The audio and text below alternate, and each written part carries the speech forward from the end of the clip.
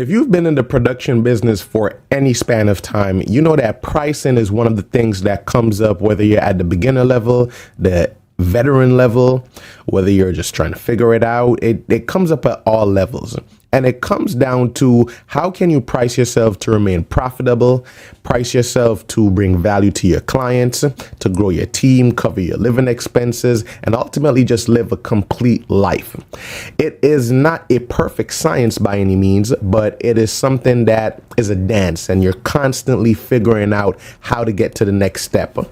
The video that you're about to watch is from my weekly live training, and in this training we cover the psychology of pricing. What are the different components that comprise your price? We also look at what process goes into selling premium price packages and really understanding that the price has very little to do with the number. If I can convince you that the price has very little to do with the number in as much as it has to do with the value that you're providing for your client, I think I'll have done a good job. And I think that's exactly what you're going to get out of this video. So whether you are new to the business, whether you are a seasoned veteran just looking to get a refresher on the whole process, you will get something from this video, because my approach to the photography business and business in general is very systematic. I believe that you guys are going to really enjoy this. So without further ado, if you found this exciting, I will see you on the other side. Well, too. So there's always 4 problems that I talk about. And the pricing problem has to do with no one knows who you are, and most leads are unqualified, right? The pricing problem is typically going to be related to these 2. Here's why. If people don't really know you, they're not going to want to pay a lot of money. So they're like, who is this? Never heard about the guy. Next. That's how people operate, right? So we have to solve the problem of getting people to know who we are, especially when they're complete strangers, they're messaging us from the internet, or maybe they've seen, you got a referral from somebody, but they just don't know who you are, right? So we have to think about how we could solve this problem. So pricing is going to be related to these 2 factors over here. So one of the things in the process, which I will show you guys, is you want to establish credibility.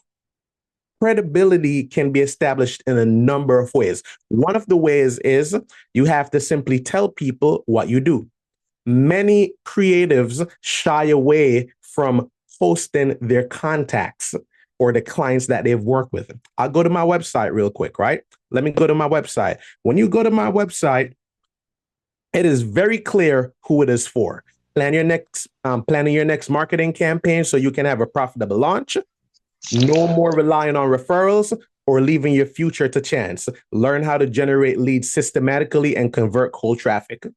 If you're doing a family shoot and you accidentally landed on my website, there's no chance that you would think that this website is for you.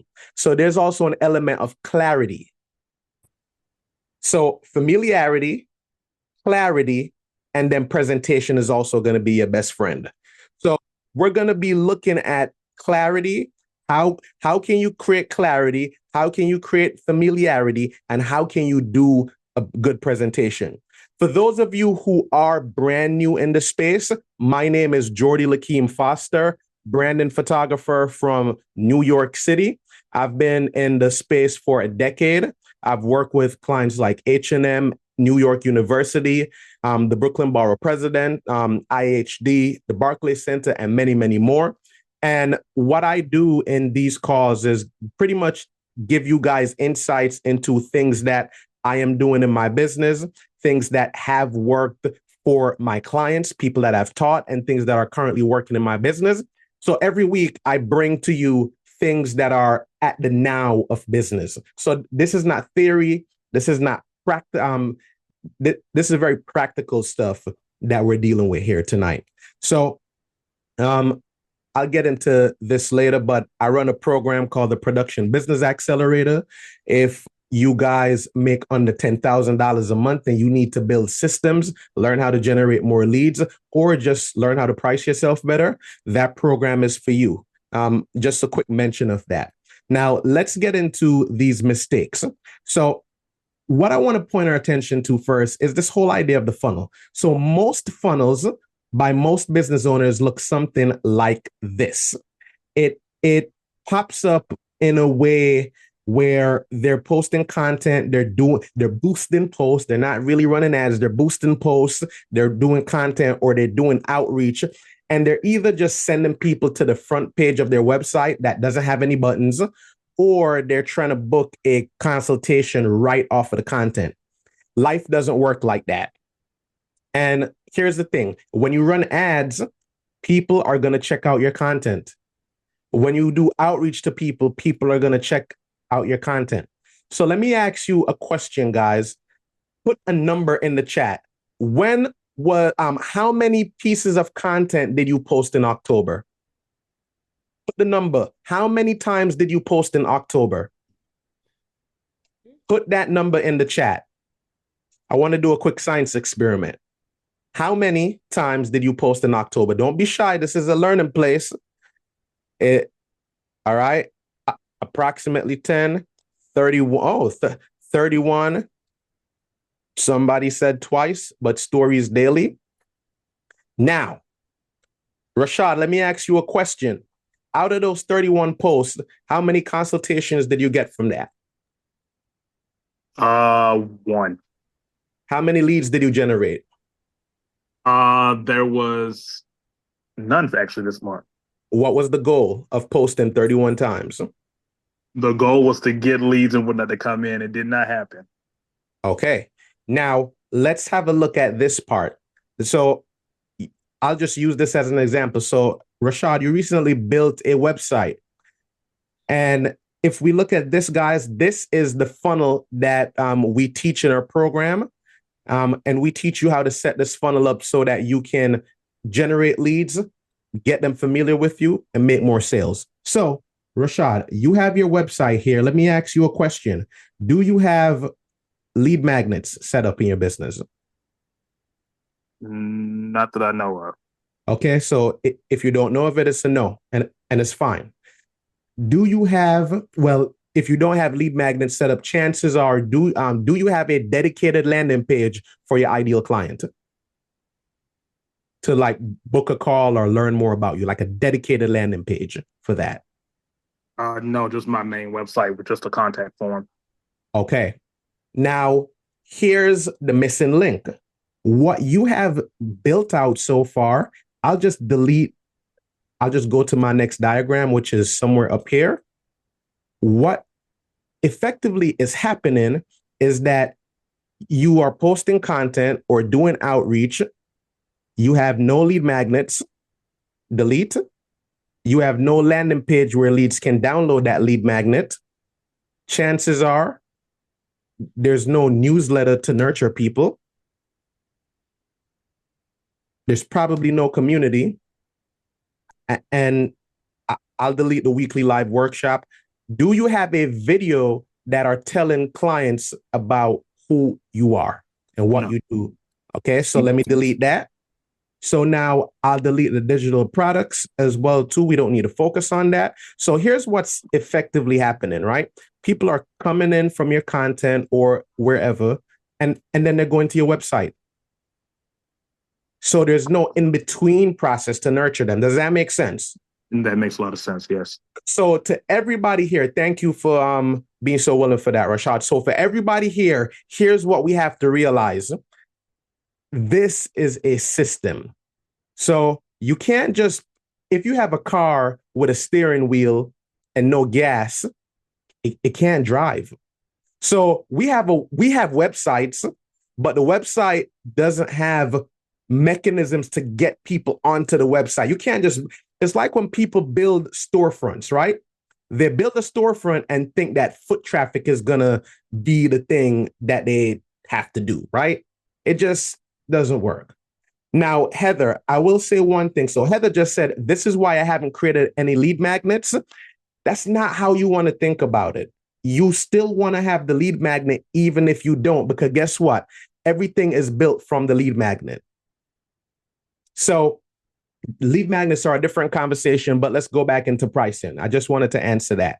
So where we are now, so let's start with a definition, right? So um, price, right? When you guys think of price, before I go into that definition I found first, what do you guys think price is? Just unmute your mic and say it out loud. What do you think price is? Like, what is price? No trick questions. What is price? How much it costs? All right. How much it costs is one. Your value. The value. Okay. Value. I heard value, the cost. What else, guys? What else? This is good. Terrell, what do you think? Rashad, what do you think?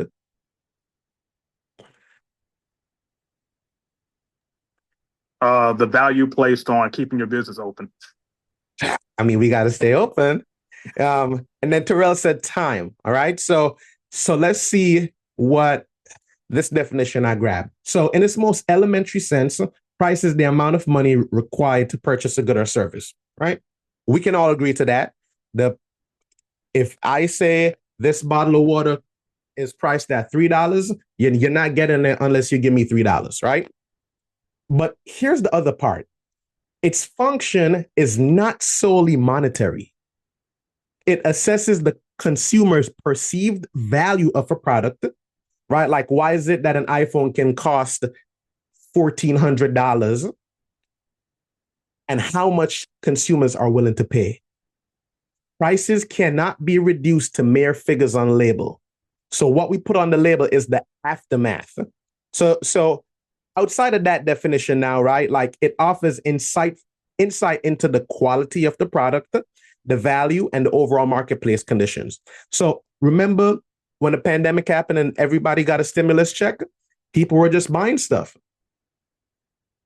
Market was in a place where people just wanted to buy things, right? So people didn't worry about the price. But then since the economy has been slowing down, a lot of people are hesitant. They're holding their dollars to their chest.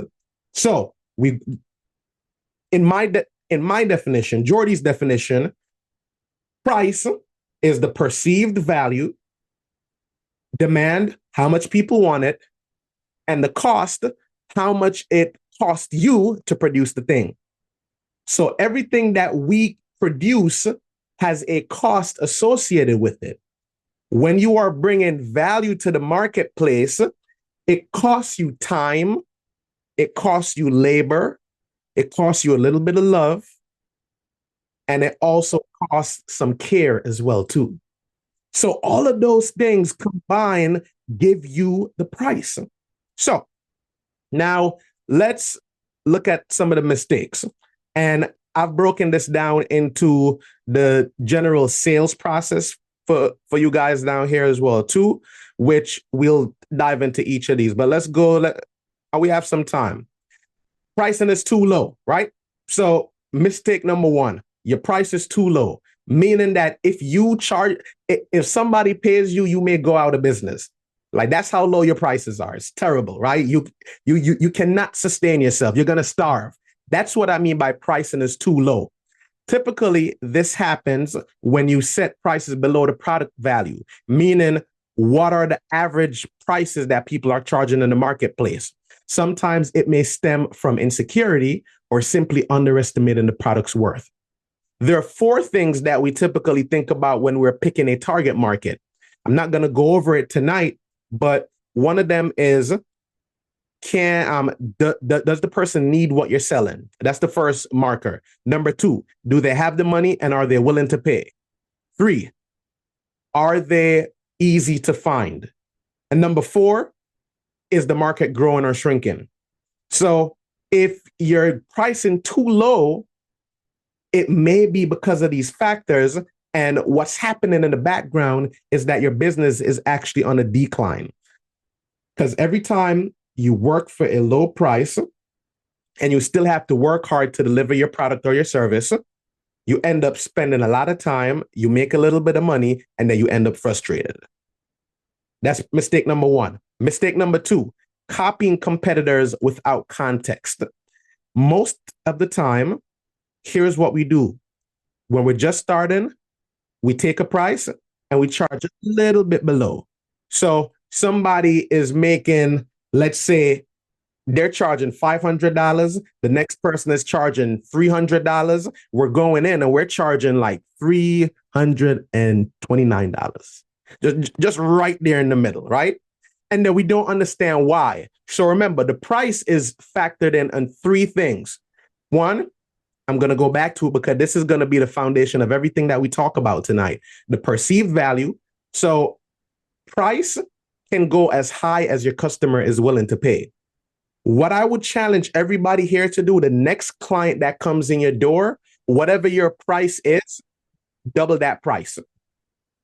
If you charge $200, ask for $400. Don't do it to me though, y'all. Just do it to somebody else, but not me, right? But right, jokes aside, charge double what you're asking for right now. Just ask for the money. And guess what? You might get a no.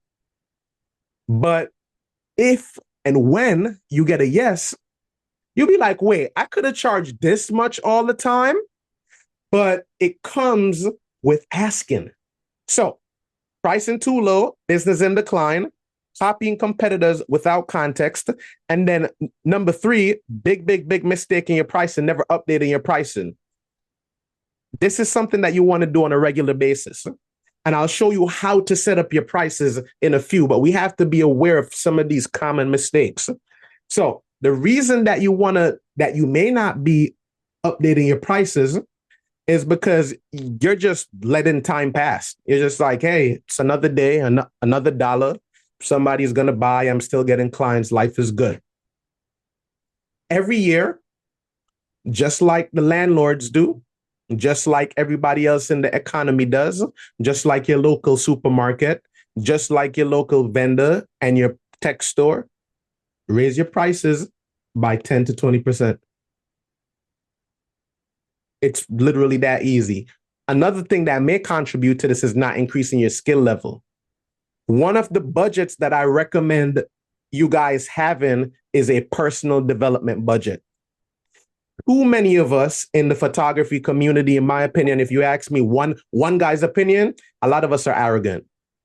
A lot of us as photographers and videographers are very arrogant. We have never built a photography business ourselves. We're learning as we go, and we feel like doing it ourselves is going to get us to the next level when that's just not the case. Can anybody, does that resonate with anybody? Right? Like, does that resonate with anybody? Like, I'm not digging at anybody, but we just have to come to this fact that your personal, like not just your lighting skills, not just your shooting skills. I'm talking learning how to communicate with a client, learning how to do market research, learning how to dig through somebody's social media comments and noticing that if you see 3 comments more than once, then that's leading to a trend.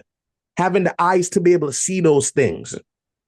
So you have to consistently improve. Exactly, Dietrich, you have to. And then sometimes we don't raise our prices because we fear we're going to lose the customers. But let me tell you this, for every customer that you lose when you raise your price, you gain 5 more. As you raise your price, you get better quality clients. You're able to reinvest in your business, get new equipment, take your girl on a date, take your guy on a date, take that vacation that you wanted to. Let's go to mistake number 4, not segmenting your customers, right? So segmenting means you separate them into groups. All clients are not created equally. Biggest mistake if you think that they are. They're not. All clients are not created equally. So you don't have different packages for different levels of the market. I am going to charge a corporation a different price than Mr. John around the road. Mr. John cannot get the same price. It just can't work like that, guys. But let a corporation come knocking on my door. And it's not because I want to charge a higher price. Here's what I've learned working with corporate. If your price is too cheap, they're actually going to think that you're not qualified for the job. Like, that's just how it works. And guess what? The reason is price signals the perceived value. and the demand. So if you're the cheapest, nobody expects you to be the best. And if you're the best, nobody expects you to be the fill in the blank. So your price is sending signals about your level of confidence in what you deliver.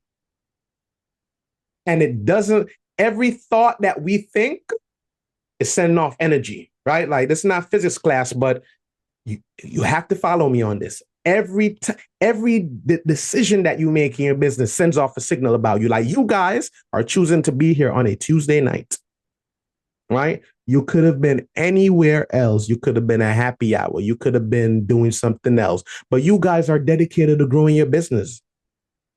So mistake number one, for those of you who just joined, pricing too low is mistake number one. Mistake number two, copying your competitors without context.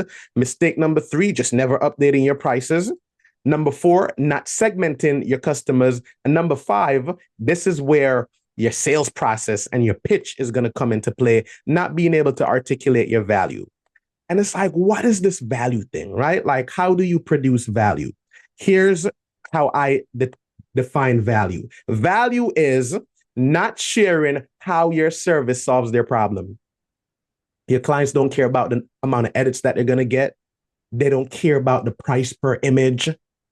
They don't care about the number of revisions that they're going to get with their video project or your travel. They don't care about that. What they want to know is, when I get this video, is it going to make me look good? Is it going to make people donate? Is it going to make people look at the menu and know what they want to buy without going to Yelp? Is it going to remind me of my big wedding day? That's what they care about. Number two in that is not speaking in terms of your client's desires.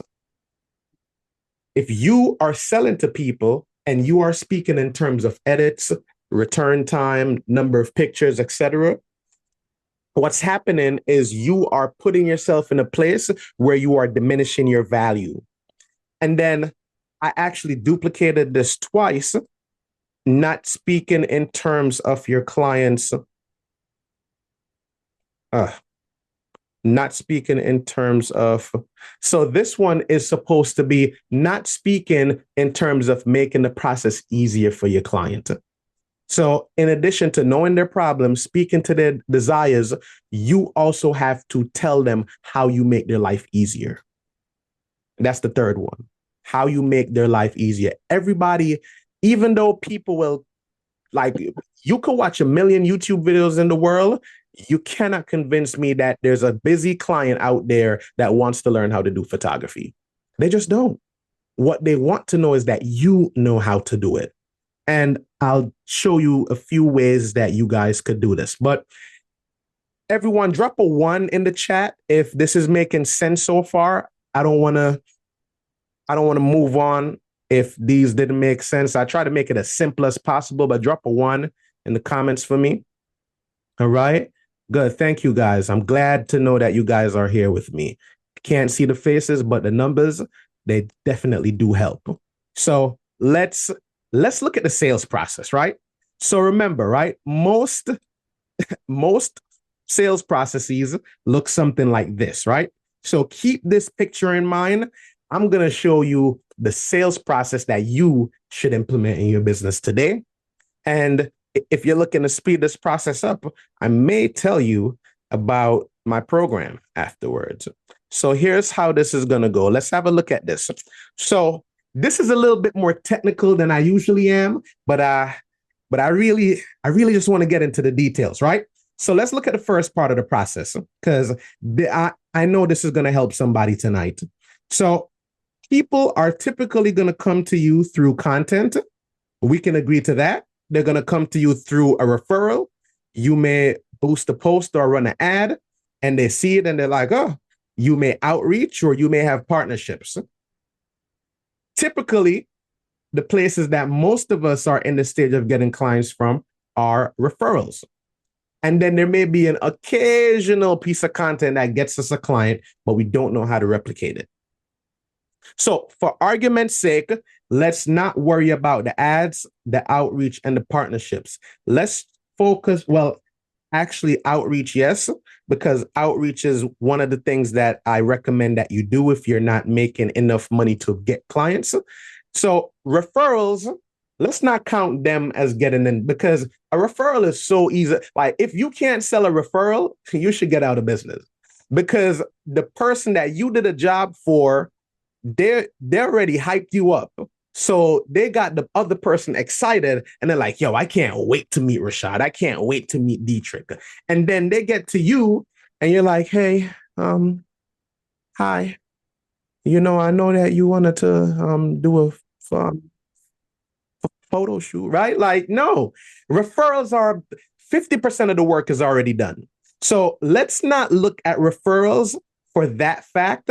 Let's focus on the content and the outreach.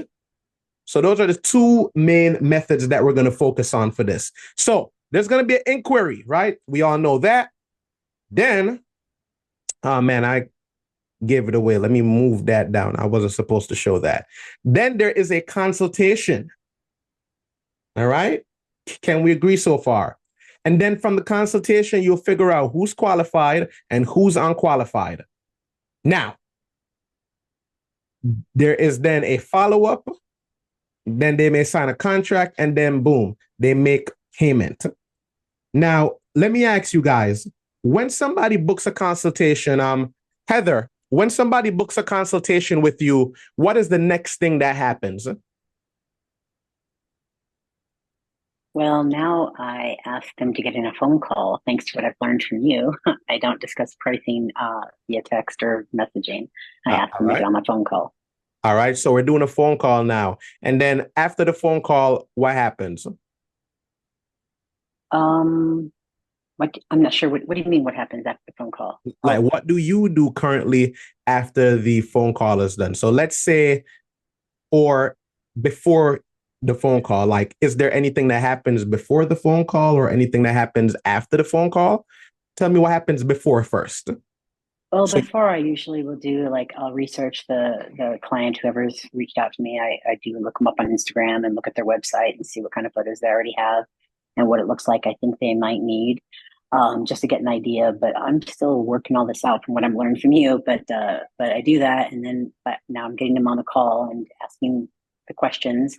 Once I get off the call, I guess that's when I start putting together the either an estimate or a quote for them with all of the like pricing details, or I just actually okay. build an invoice to send to collect a deposit Okay. if we've agreed to a date. Nice, nice. Thank you for sharing that, Heather. So you book your call, you do some research, and then you have the call pretty much, right? Yeah. Great.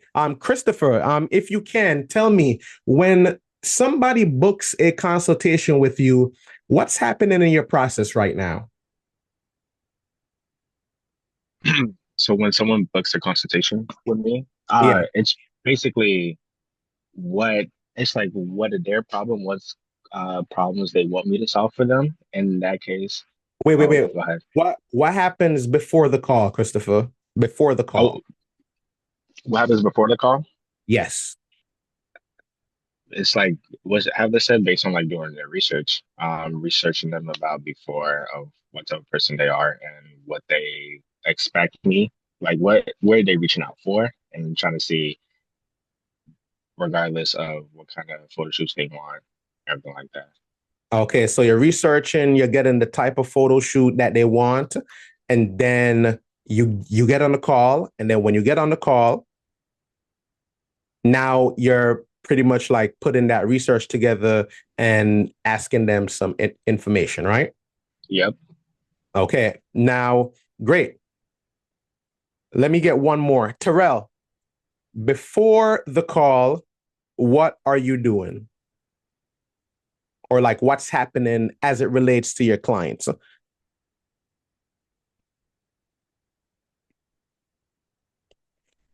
All right. Rashad, how about you? Before you get on a call with a client, let's say, right, they book a consultation, what's happening?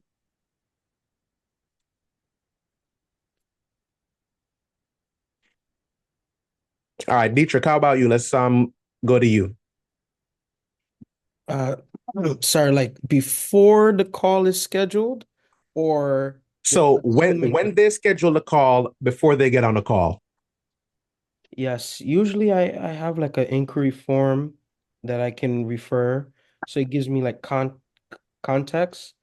And then I can, prepare questions just to get more clarity. Okay. Okay. Cool. So inquiry form. Daniel, I'll take one from you. What do you do before a client gets on a call with you? Before a client gets on a call with me, I normally look up their profile and see what they're about. Um, I ask them what are their needs. That's what I do so far, and then we get on a call. All right. Perfect. So we have some consensus that the person is coming in, we're getting a sense of their needs, we're researching them. Now, here is one thing that I would like you guys to consider. So all of this helps you to know about the client, but how are clients getting to know about you? Howard, nobody has said to me that they sent over a personalized brochure or that they're sending over like a video to their clients or anything like that, right? Or If I had one, I would. if you had a client, oh no, Sorry, I just chimed in, but I was saying like I would send those things if I had them, but as I'm still trying to get my processes put together, I don't have that information, but I know that it's important. okay. So here's one thing. So right before the sales call, let's break a line from the consultation and let's look at this. So let's have a look at this, right? So we're going to break this process up into a few different steps. So there's a pre-call workflow, right? This pre-call workflow is designed to do a few things. One, you definitely should research your clients. You should identify what they need. You should get that stuff in the inquiry form so you're prepared. But now what you want to do is you want to make it easy for your clients to know who you are. This is going to increase the rate at which people show up to your calls. It is going to pre-sell them before they get on a call with you. And it is going to give them, they're going to say, oh, okay, I see that they've worked with this company and this person and they did this type of shoot and they got this type of result. Right? So first thing they should be getting, I didn't hear anybody mention appointment confirmation. Maybe it happens automatically, but you still got to mention it anyways because every single step matters. Then they should be getting a 24-hour reminder. The 24-hour reminder, let me see if I could pull up one of my emails to just show you guys real quick so you can get an idea of it. Give me 1 second. Let me pull it up, right? But they should be getting that 24-hour reminder, a 4-hour reminder, a 1-hour reminder, and then a 5-minute before reminder. Here is why. The reason that those things are important, and this is actually going to be good. Let me not do this. So I have a client here. I'll show you guys a visual so you can get an example, right? So this is a consultation form that I use, right? So when somebody books an appointment, we have a confirmation email that goes out. And then we have a client here in the queue that's waiting 24 hours before they call. Their call is on November 3rd or the 4th. So they're just waiting here until. So now a few hours before the call, here's the email that they're getting. They're getting an email with a video link. And this video link is going to tell them about what I do, who I've done it for, how I could do it for them. Then they're also getting their appointment details. Next, the 4 hours before email, I have lead magnets. So I send them those lead magnets so that they could check it out. They could download my free trainings that I have. I have a bundle of trainings with all my free business trainings that I give out to people all the time. They could download those things, right? So they're getting some type of value in addition to the research that I'm doing. And then these are just standard reminders because you, to the best ability that you can, you don't want to be doing a lot of this stuff manually. And then they get to the consultation. If you implement even two of these things, you'll be able to charge more. So this is the part of the sales process that you don't typically see because you're looking at it and you're like, okay, like, is the price the number? No, it's like every little thing that's happening because look, they made an inquiry and then they booked the consultation. So then they get 1, 2, 3, 4, 5, 6, 7. Before they get on the call with me, they're getting 7 points of communication in addition to the content that was going out on the internet. And here's the thing, when people book calls with you, they always now go, people that pay more attention. So now they're looking at your content more. They're like, okay, he consistent. Okay, like he's doing that. Now they're looking more. So that's what's happening when people are booking calls with you. So now here's the next part. This is going to help you better to determine who's qualified and who's not.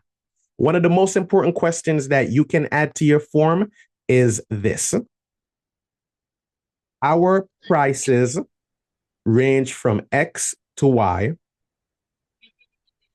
Is that okay with you? I got a quick question. Yeah. Give me 1 second. Give me okay, 1 second. All right. This question, if you add this to your inquiry form, our prices range from X to Y. Is that okay with you? Yes or no? This question is going to filter out a lot more people before they even get to your call. Add that question to your form. So my current range for entry-level projects, between $800 to $2,500. That's the packages that I give to brand new clients. When we have more advanced projects that we're working on, we have bigger budgets. So I've literally had calls with clients where they'll put no, and I just go into the system and I cancel a consultation. I'm like, oh, oops. And then I send them an email, hey, notice that you said you weren't okay with the price range on the form. So I went ahead and I canceled your consultation. Please let me know if you'd like to reschedule for another date, or we'll check in with you in about 2 weeks. But I'm not doing it. Like, save yourself the time. And then from there, this is the part that's going to be really beneficial. You now want to follow up. How many times? 2 follow-ups per week for 12 weeks. 2 follow-ups per week for 12 weeks. So 1 at the beginning of the week, 1 at the end of the week. 1 at the beginning of the week, 1 at the end of the week. So almost every 3 to 4 days, you follow up with them until they buy. Most people don't make enough money because they don't follow up enough times. They follow up 2 or 3 times, and then they, well, Heather, if it's a client that can't afford it, they would fall into the unqualified bracket. So they don't get that type of follow-up. So they come down here. And then you simply follow up with them to close the engagement formally. That's something that I like to do. Hey, I know the prices isn't really what you were looking for right now. You can either refer them out to somebody who will accept the price and you take a commission. I do that plenty of times. And then they should also go back into your newsletter. And that's if you have the newsletter that is running. Okay. So Christopher, was it you that was asking the question? I'll take your question now. Yeah. If you're going back to like the consultation and everything like that, right? Because I literally just had a client, but I didn't book a consultation with them because this was something like very last minute of like just a last minute booking. How would Okay. I go about the next time if I did send them like a consultation of like we should meet up to call over this. They had like something last minute within like the 2 days. I just came from a shoot. I mean, I already went through with it and everything like that. No complications at all. Like, it was Okay. just like, what's the next time? Like, how should I really go about it? Or, you know, So should I even make that as part of like the project or anything? yeah, you should add it to your process. So a guy called me from Google last night, right? His girlfriend celebrated her birthday. They were about to head to dinner, and he needed a last minute photographer. And I told him, "Hey, friend, I'm so happy that your lady is having her birthday tonight. However, we don't do last minute photo shoots. It's not really something that I could accommodate, but I know it's her special week, and I know you really want to celebrate her, and I'd love to celebrate her too. Would it be okay with you if we book a formal consultation where I pretty much give you answers to any of the questions that you may have?" He's like, "Oh, well, that actually may sound like a good idea." And then before that, he asked me about 10 questions. Hey, do you give all the pictures? How much does it give? How much is the price range? And I said to him, well, hey, look, the price range is, I can't really give you an exact quote because I don't know what you need, but my price range is, after answering all of his questions, is between $800 to $2,500. Here's why. Since I'm talking to that person, now my job is to sell the consultation. So you're not selling the photo shoot yet.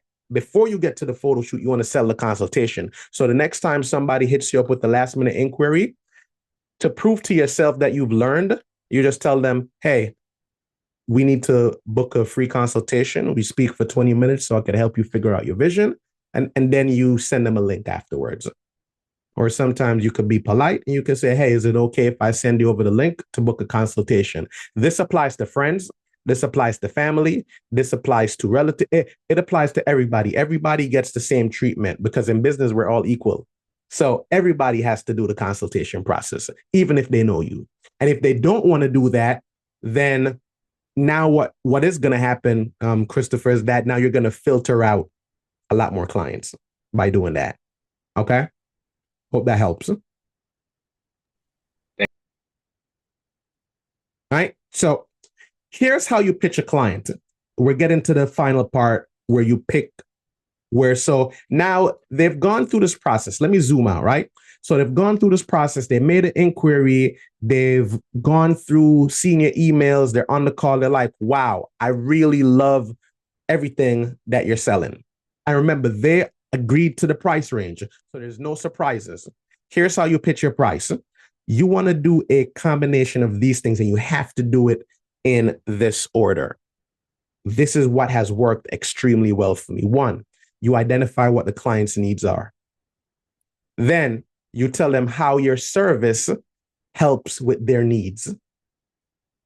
And then when you present the price, you say clients typically pay for a project like this $1,500. Now, you don't have to pay all of the money up front. All we require to make your reservation is a 50% deposit. What card will you be using today to make your deposit? And sometimes if you're on a Zoom call, what's going to happen is you're going to see them reach into their pocket, and then they're going to be like, wait. I don't think I can make a deposit today. But you need to tell people how to pay. Because if they agree, you want to assume that they're going to pay anyways. So you never want to assume the negative. You want to assume that you're walking them through the process, because remember, this is when people talk about sales, this is what they're talking about. Like, this is how you do sales, not the, hey, I need to buy. That's not sales. This is sales. And notice there's nothing in here about being sales. You're being pushy. It's just a process. Sales is a process. So you know what they need. Now you tell them how your service solves their need. I had a call today with a lady whose mother is about to pass away soon. And she wants to plan a photo shoot so that she could have the grandkids and the kids in the session, because they don't have any pictures with her from when they were young. So I said to her, hey, how much longer do you have? I'm like, or how much longer do you think she has? And the doctor said, well, she has, she's in the final stages of her illness. And people that typically have this illness have about 12 years. And it's been 12 years since she's had the diagnosis. So she's at that part. So I said to her, hey, do you guys want to be in the pictures as well too? She said, no, I really want to focus on the grandkids because I have to fly in. I was recently here in New York. We spent a lot of money because my husband's father passed away too, and it was short notice. I was like, I understand you want the grandkids in there and the great grandkids. I get it. So let's just build a plan and focus on them. The mother's in a wheelchair. So I told her, hey, look, since we're going to shoot them, here's how we typically do. We typically shoot, we do a big group picture with everybody, and then we do the grandkids and then the great grandkids. Then we do pictures of the grandkids with grandma, great grandkids with grandma, and then individual pictures. How does that sound for you? Oh my God, I love that. So what I'm doing is I'm just breaking down what we're going to be shooting anyways. But I'm breaking it down for the client in a way that they understand. And then I go back into it, right? So I'm like, okay, we're going to do the group shots, the individuals, and the generational pictures. My studio doesn't have wheelchair access. So I'm going to look up a location that's very close to where she lives so she doesn't have to travel too much on the first floor. What about the hair and makeup? And I could show you a picture. So I'm on Zoom. I go to Pinterest. I type in makeup for old women. And then I had to put like makeup for old Black women. And then a beautiful portrait came up with natural looking makeup. Boom. I show her the picture of what the makeup look would look like. She's like, I like it. Value is going up. Value is going up. Then I said, look, right now, I can't give you a definitive price, but you already know the price starts at $800. The shoot is not going to cost you any more than about $1,300. Is that okay with you? She's like, great. So I'm selling to her need. One hour is going to be a 2-hour photo shoot. Like first hours for the makeup for $1,300. $1,300 for that's like $650 an hour. But that's because I'm just selling to her need, not because I'm a genius, but this is because people want solutions to their problems. And the need for her, which increases the perceived value, is mother's about to pass away. Does that scenario make sense, everybody? Right? That is how you sell. And then I told her how to pay, told her about the deposit and everything, and she was good. And then last but not least, Rashad, this will help you out a lot, but this is going to help everybody as well too. When you're pitching a client, you need to know if they are a cold lead or a warm lead. So a warm lead is going to be a referral or somebody that comes from your content or a partner. A cold lead is going to be somebody that never heard about you from Jack in the side of the street, never heard about you. When you're pitching, there's a few things that you want to do. You want to be clear about your target audience. On a scale of 1 to 10, how clear are you guys about your target audience? Like on a scale of 1 to 10, let me know in the chat, please. So you pick your target audience, which is going to be like some market, right? So real estate, finance, healthcare professionals, families, newborns, etc. You pick, so you pick your market, right? Then now you pick a target within that. So now you may want to do family portraits with moms and dads that have toddlers. So now you want to pick a very specific niche. Where do you find those people? You may want to maybe partner with daycares, right? Like if I were going to take pictures of kids, I would find every daycare in my area and partner with them. Then you want to write a personal message, right? The thing about outreach that makes it better, but it takes a lot of time, is the more you personalize it. So if you're reaching out to a daycare that caters to kids from 5 to 6, and you, by virtue of having a consultation with the CEO, and you learn that the parents don't take a lot of pictures with their kids, you could form a family daycare photo day. And now here's the thing. When you're pitching people and they don't know who you are, you want to offer a lead magnet, a free video. You may want to offer the service for free on the condition that they give you a testimonial, or you want to sell the consultation hard. You don't want to sell your service. You want to sell the consultation. This is not too in-depth about how to reach out to people, but this is the process that you would go through if you're trying to get new clients into your pipeline that you may not have. This is going to keep you having clients even if you're not running ads. So that is it for the whole philosophy around pricing.